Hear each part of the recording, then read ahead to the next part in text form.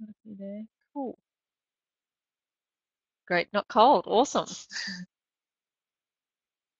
Um, we've got quite a few people registered for this one. I don't know if they'll just wait another minute or so, but I think that they can just jump on. Great, not cold. Cool. That's awesome. It's actually a little bit cooler here today. Actually wore a bit of a, I thought I'd wear a shirt today instead of my gym top for the webinar, and I just fed my daughter and she just did a massive vomit all over it. So I think that's the new joys of parenting that I'm getting used to. So, but we're all good to go. Um, yeah, exactly.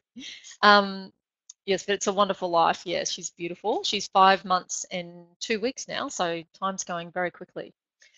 Um, so we might get started, and then people can jump on as we come along. So I guess the reason I wanted to do this one is because there seems to be more and more clients. I said this in the emails that I sent out. They just seem to be getting really inflamed, and it seems to be becoming a bigger problem than I guess I don't know if what it used to be or because we're more aware, but and it can really affect the results that you're getting with your clients. So I just think if we can understand it a little bit better as trainers and basically how it can affect our clients, and we can start looking out for that within our clients, and then actually know some things, some lifestyle intervention that we can do that will actually help them, because that's obviously what we want to do. So that's why we've called it Inflammation Results, because it really does affect your results.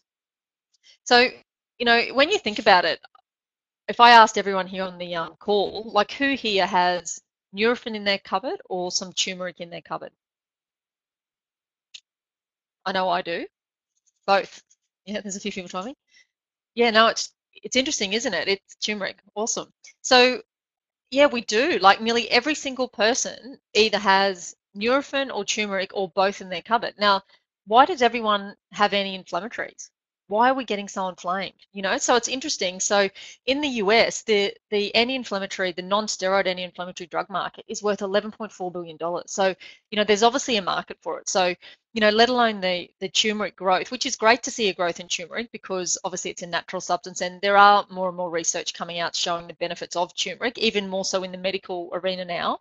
Although a big review just come out questioning that. So there's always reviews, there's always studies, but it is seeing a big growth. So when I see stuff like that, I go, well, it's good that there is getting a growth in more of the natural side, but why are we getting such a growth in anti-inflammatory supplements and anti-inflammatory medications? So it's really interesting, isn't it? So what is causing all this inflammation? Why are we all so inflamed? So I think that's how I want to start the thinking process, is like, yes, we can take these things, and yes, turmeric does have really great benefits, and yes, it can help the inflammation in your system, but why are you getting so inflamed? And let's start doing something about that as well. So when we talk about inflammation, we talk about, next slide, cool. People often think, inflammation is really bad. Well, chronic inflammation is bad, but inflammation is a really important process. It's the same way people talk about stress. Like, stress is really good for us. There's a certain amount of stress that is really good for us, but it's the distress that becomes an issue. It's the same with inflammation. So acute inflammation is, we absolutely need it. It's integral. So basically when when an injury or an infection or a foreign substance comes into our body, the inflammatory process initiates our healing. So it's really, really impels and macrophages along, and it cleans up all of this stuff and protects our body. So it's a really, really important process. But chronic inflammation, what tends to happen is when inflammation is just happening all the time, there's actually different compounds and different inflammatory pathways that there are to actually deal with chronic inflammation. And those pathways can have more of a catabolic and degenerative effect. So they're actually causing our cells and our tissues to get damaged. And so this is what more and more people are presenting with, is just they're just chronically inflamed. So, when we think of inflammation, I guess, the first thing that typically comes to mind with a lot of people in terms of condition is arthritis. And it actually means, arthro is joint and itis is inflammation. But you think of all the different conditions out there that have itis in it. Now, itis actually means inflammation. So there's a lot of conditions from, thousands of years ago that have been named because they have an inflammatory part to that condition, which I think is really, really interesting. And, the numbers are quite staggering that, 1 in 5 Australians have arthritis. And in New Zealand, it's a single greatest cause of disability. So it's having a massive impact. So clients that are walking through your door are absolutely going to have arthritis. Now, there's actually over 100 types of arthritis. I only recently just found that out. But the two typical ones that we see, you'll see in your practice, are osteoarthritis, which is the degeneration of your joints, and rheumatoid, which is an autoimmune condition, so more your systemic inflammation. So you are going to see different people presenting with different types of inflammation, but overall, there's still an approach that we can do with lifestyle intervention that really, really helps reduce the amount of inflammation. Now, the thing with inflammation is this is what people typically associate it with. Like when you think of inflammation, you think of, achy muscles or joints or swelling and things like that. That's what we associate it with. But inflammation is a whole lot more than that. There's so many other areas that inflammation is affecting. And there's a lot of studies that are being done, and there's nothing conclusive, a gold standard that's saying inflammation causes depression. I'm not saying that at all, but there's a lot of studies coming out that are actually finding links between people who are suffering depression and inflammation. They've actually found that basically people who are clinically depressed have a 30% increase in brain inflammation. I'm not saying it's a cause, but that's really interesting. What they've also found is that in the inflammatory process, so when you go through an inflammatory process, there's these things called cytokines which are released, and cytokines are released to basically communicate to the cells to stimulate the inflammatory process. And what they found also is that people who are suffering depression have really high levels of this cytokine activity as well. So there's lots of different studies coming out in the medical Journal of Psychology, JAMA it's called, JAMA. So if you look up JAMA, you'll actually see lots of different papers making links and hypotheses between inflammation and depression. So, how I approach it is like there's so much we can do from a lifestyle approach to address inflammation. So, if we can address inflammation, and one of the side effects is that we help mood in our clients and help with the client's depression. I mean, how cool is that we can actually do that? So if we can understand and look for that a bit more, I think we can get some really good wins. The other thing that inflammation does is, so when your body gets inflamed, your cells get inflamed. So you can see here's a healthy cell, and this is an inflamed cell. So when you have an inflamed cell, what happens is your glucose, so your sugars, can't actually get into the cell because it's so inflamed. They can't actually cross into the cell. Now, glucose is really important. Like people go, oh, sugar's bad, but you need sugar. Like too much sugar is absolutely bad, but you need a certain amount of sugar in your diet to actually fuel your metabolism. So your thyroid metabolism actually your conversion happens within the cell, and it is fueled by glucose. Now, if glucose can't actually get into the cells, it's really going to affect your thyroid metabolism. So inflammation is playing a role in affecting our thyroid metabolism. It's also linked to our glucose level. So if that glucose, that sugar, can't actually get into the cells to do its job, you'll find high levels of sugar in your bloodstream. And we know that high levels of sugar in your bloodstream can cause lots of different things as well, like leading to impaired glucose tolerance and diabetes and all of these things. So it's really interesting. And also the inflammation process, so the cytokine activity can also affect the way insulin works. So it can affect the signaling of insulin. So again, inflammation is affecting insulin, which is to lower our glucose levels. So often what they see is people that are really inflamed, they see quite high sugar levels and high insulin levels are a sign of inflammation in your system. They're one of the markers that they look at. The other thing as well, because everything's linked, what I love is nothing necessarily causes everything. Everything's interconnected. And I always say to people, we're a massive individual puzzle together because we're all so different. So if there's something that you can get out of today for yourself or also for your clients that helps, put that more pieces of that puzzle together, that's what I really would love for you guys to get out of it. So the other thing when you look at biochemistry as well is that, some of these cytokines that are released in the inflammatory process, the chronic inflammation process, actually suppress the HPA axis. So that's the hypothalamic pituitary adrenal axis, which produces our stress hormone cortisol. So it can actually suppress that. So sometimes people who have low levels of cortisol, it can actually be because of chronic inflammation in their system. So it's really interesting how everything is tied together. So hopefully you're starting to put a few pieces of the puzzle together. We also know that basically when high sugars, there comes high insulin. We know that insulin is used in fat storage. So it can be difficult. Insulin will convert your sugars into your fat for fat storage. So it can make it more difficult for clients to burn weight as well when they've got high levels of that circulating. The other thing is, like we talk about a lot in our practice, is that your food sensitivity side of things and problems with your immune system. So when you have an inflamed gut, so when the microvilli of your gut get inflamed, it can cause a whole host of problems. And one of the issues is where there becomes space in your mucosal barrier, so your protective barrier in your body, it becomes inflamed, and then things like your foods get through and they've actually become a foreign invader as opposed to like an amino acid or a nutrient that we need. So there becomes lots of issues with the gut there. And we know that 80% of the immune system is located in the gut. So leads to a lot of issues with your immune system as well.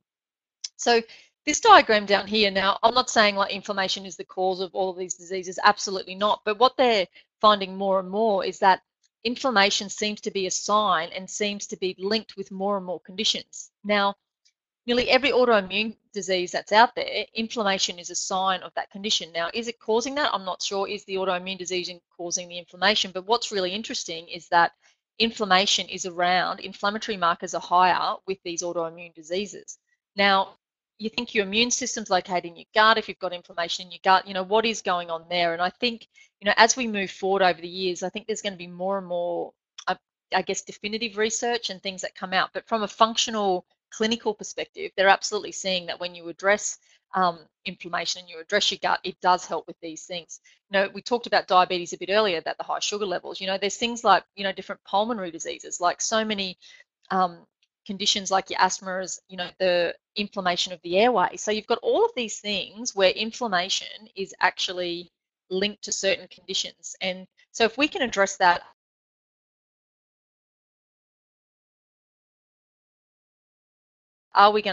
is becoming these soul diseases. And look, it's a lot more to it. Lots of people are more genetically predisposed to certain things, and it is complicated. But I always think, rather than get lost in how big it is, let's focus in on that inflammation is an issue. It is affecting your client's result. It is affecting your client's health. But how cool, let's look at some things that we can do. We're not going to fix inflammation, but look at some things that we can do in our programs with lifestyle intervention to really help. So, I guess before we do that, we need to look at sort of what, why are more and more people suffering chronic inflammation? I would say it's our inflamed lifestyle. So lifestyle factors are linked to inflammation. So, you think before, the inflammatory process is stimulated. Absolutely. Chemical intake does increase hugely in our food, Martine, right? And that's so true. So the processed foods and the chemicals in our food, they're actually foreign invaders. So foreign invaders we're ingesting on an absolutely regular basis. So that's stimulating this inflammatory process. Let alone alcohol, medications, food sensitivity. So all of these things are invading us and causing inflammation to occur, which leads to chronic inflammation. All of these high sugar diets that people are eating, with high sugar, there's, the high insulin. High insulin can actually stimulate pro-inflammatory mediators, so that inflammation pathway. Then we've got, where we spend a lot of time in the exercise department. So, inappropriate movement and loading. How many times do you just see clients getting absolutely smashed and loaded incorrectly? So they're just putting more and more load on an area that's damaged and causing more tissue damage, more inflammation to occur, and people are just getting more and more inflamed. They're not recovering enough. People think recovery, I just want to get smashed time. Well, you need time to recover. You need time to heal and get rid of that inflammation that's in your body. The other thing that's really interesting is the chronic stress side of things, which we talk a lot about in our practice, is that cortisol is a natural anti-inflammatory on your body.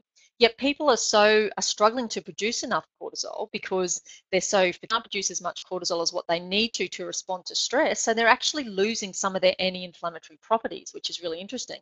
And how many people are out there getting cortisone injections all the time? Now, I'm not saying not to do that, but why is our body not being able to heal this? So it's really interesting when we start to delve into what's going on. And then we know that when, sorry, my screensaver just come up. We know that when cortisol and DHEA get out of balance, our DHEA gets lowered, and that's our repair and recovery hormone. So you can see how it's all linked. And I also put this one in too, because they've also finding that people who have really struggled with sleep deprivation have an increase in inflammatory markers, and I'm putting that on there because I haven't really slept much in the last 5 months. So, and what's really interesting is when I'm hopping up in the morning, I am noticing a little bit of pain in my feet that I've absolutely never had before. So, I actually think there's a bit of inflammation in my system that's not fully cleared at the moment that I'm working on. So hopefully Liv, send me some good luck. So hopefully now she'll start sleeping a little bit better. We are getting there. So, but yeah, no, it does have an impact. So all of these things are lifestyle factors that we can address, we can work on with our clients.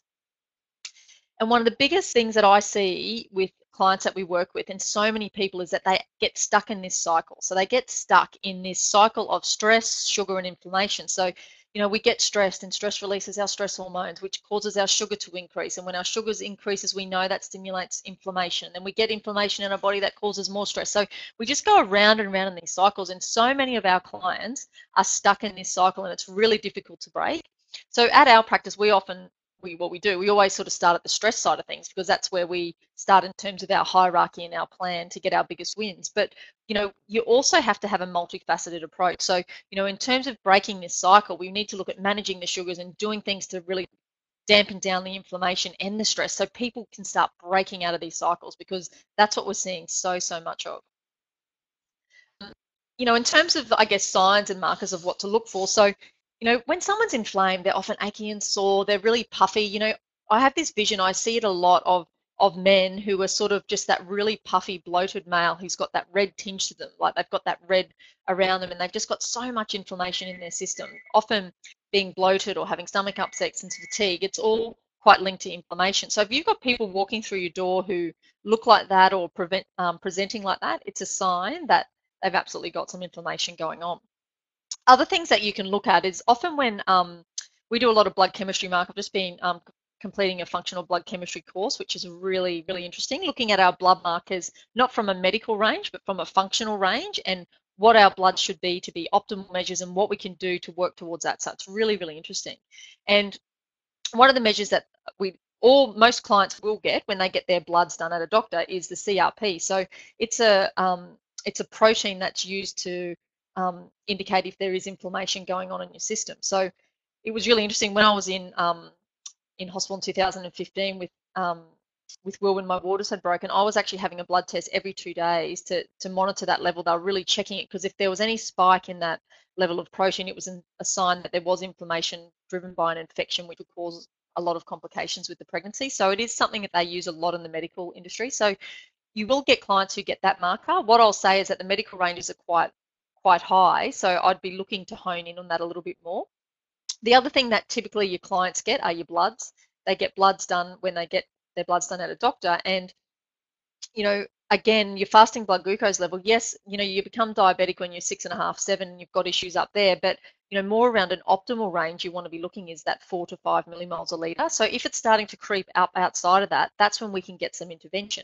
And that's where there can be a sign that there's some inflammation in your system, because we know that inflammation is highly linked to high sugar levels. So there's some clues that you can use just by knowing what's happening with your clients as well. So in terms of like our approach, how do we approach things? So, we know the link between the sugar and inflammation. So, what a way we can get some wins. We can actually look at a client's diet and manage their diet and their blood sugars and make some changes. We actually have glucometers in at our centre, and we teach this on our mentorship program. We actually get all the mentorees to do it on themselves, so they experience it. But what you can do, you can get a glucometer and you actually take blood sugars in the morning, before lunch, before dinner, and in the evening before bed. So you're taking it 4 times throughout the day, and you're looking at your blood sugar levels. And what you're looking for is you're looking if blood sugars are elevated. So if blood sugars are elevated, well, what can we do? We can look at what the client's eating, and we can make some changes around that. We know how to do that. Get low glycemic index food, make sure there's enough. And what you sometimes find is that if people are eating really well and you're thinking, why they got high sugars? They're hardly even eating any sugars. That can be a sign that there is inflammation in their system, because the inflammation, remember, the sugar can't get into the cell, so it stays in the bloodstream. So then you have to look at addressing inflammation from another angle as well. So it can be a really good tool to look at what's going on. And the other thing is, I did a webinar a while back on metabolic typing. So we know that certain people go better on more proportions of carbohydrates and proteins and fat. So if you can tweak that according to a person's metabolic type, you can help balance out their blood sugars as well. What we also do is, a big thing that we do in our practice is manage gut inflammation. So a lot of you know we do the food sensitivity testing. So if you go to foodsensitivitytesting.co.nz, there's a free symptom questionnaire where you can actually go through and see if you are experiencing symptoms of food sensitivities. If you're ticking yes for a lot of symptoms, that is a sign that there is potentially some inflammation going on in your gut, and food sensitivity tests can be useful. We also want to remove pro-inflammatory substances. So we want to get rid of all the foods that are causing inflammation on our system, because every time we eat it, it's just going to make it worse and worse. And we want to get, as Martine wrote earlier, get rid of all those processed foods and get rid of all that chemicals and stuff that are in our food, because they're going to stimulate inflammation because they're foreign to our body. So that, and doing some gut healing. So, things like your sauerkraut and your bone broth, eating lots of foods, good probiotic foods and foods to rebuild your gut mucosal barrier can all be really useful as well. So we'll certainly look at looking at their sugars, managing their gut inflammation is really important. What we also look at is obviously the stress side of things, and I won't go into a lot of that today. You know that we do that. We have questionnaires. We have a mini ASC, so adrenal stress causes form. We look at where the stress is coming from and we address it. We run hormonal profiles on that as well, and plans around that. So, managing, seeing where stress is coming and where you can get some wins in stress reduction, it is going to help their inflammation. From a training perspective, so when everyone walks into our door, we have the big Kaizen check-in where we're actually asking a series of lifestyle questions about how hydrated they are, what their nutrition's like, how they've slept, all of those things, because we want to see where they're at.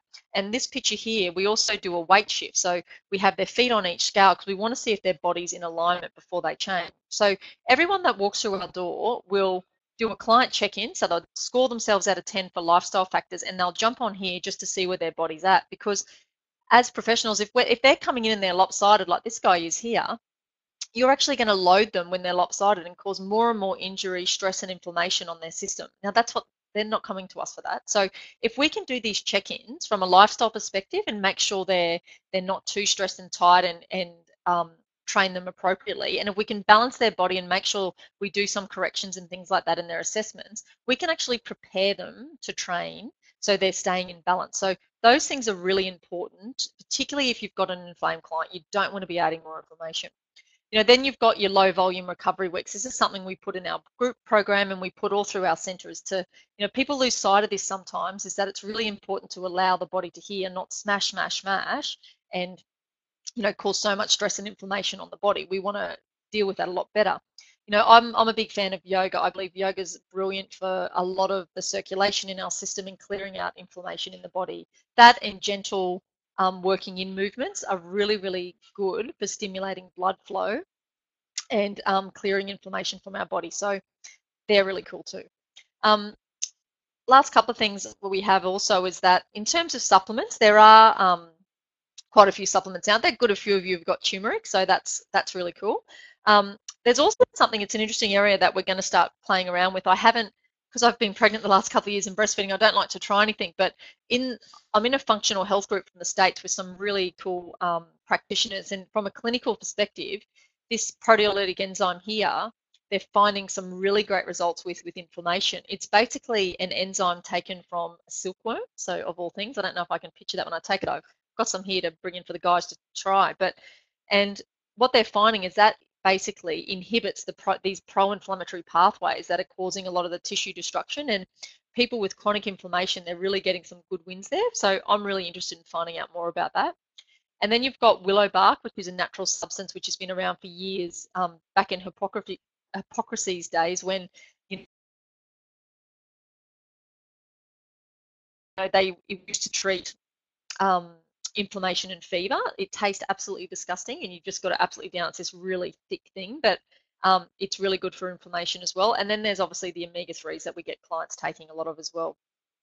From a food perspective, I mean, there's so many foods that have different properties and claim, but your green leafy inhibiting inflammatory pathways and having really good antioxidant and anti-inflammatory properties. So they're always a go-to, assuming you're not sensitive to them and it causes inflammation, but they're often really good go-to, as are like things like your beets, your broccoli and celery. They're actually finding that those things have good anti-inflammatory properties from your system. So you can see how we approach things is that, obviously it's, if someone's walking through my door, how I would look at it is, in those lifestyle questionnaires, I'd be looking out for what conditions they're experiencing. Do they have issues with their thyroid? Do they have issues with, suffering depression? Do they have issues with their sugar levels or struggling to lose weight, or, have they got diabetes? What's going on with that person?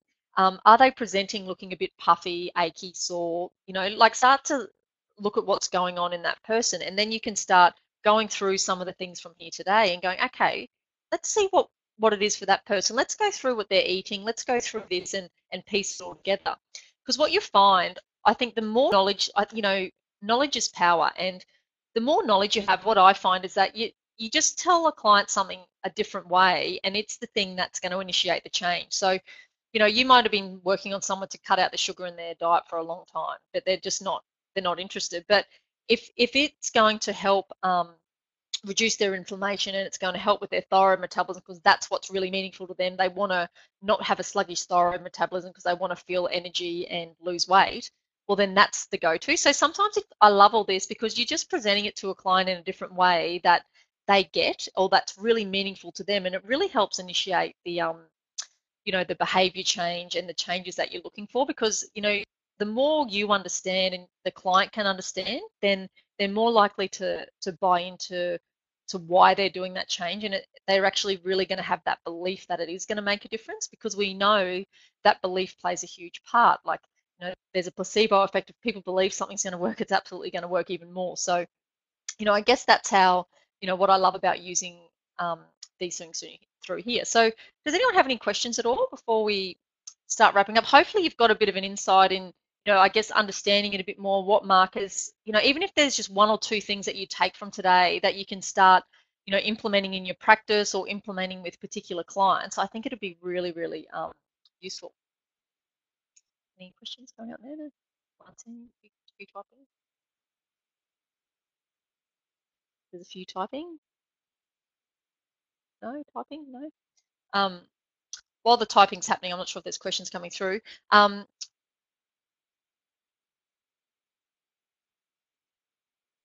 of the veggies, we should only eat organic due to chemicals. Cool. Yeah, look, I think there's a lots of absolutely. Like, I haven't heard that specifically, but I think, eating organic as possible is really, I guess, really important to do that. So they have actually found, there's actually some studies, I think I've got it here, about celery. I got it on this note. I do have, where are my notes? Yeah, I have actually got a study on celery where they were talking about some of the benefits there, so I can flick that through to you if you like, but that is really interesting. But so I think that's a lot of stuff there. So can you explain what inflammation is? Cool. So basically, inflammation, what happens is when you get, I guess, a foreign, an injury or a foreign invader, the inflammatory process is stimulated. So what actually happens is the body goes, okay, there's something in my body that's not right, and it sends out these messengers. It opens up your capillaries and your blood flow, and it sends these things to come in, like your neutrophils and macrophages. And what they actually do is they actually come in and clear away these foreign invaders. Now, what actually happens is that's the acute response. That's what we absolutely need to happen. But on a chronic level, what tends to happen is this is getting stimulated, and there's these different pathways that are stimulated. So these pro-inflammatory pathways are stimulated, and they're actually causing swelling and inflammation on our tissues, which is causing them to become more catabolic, and it's damaging our cells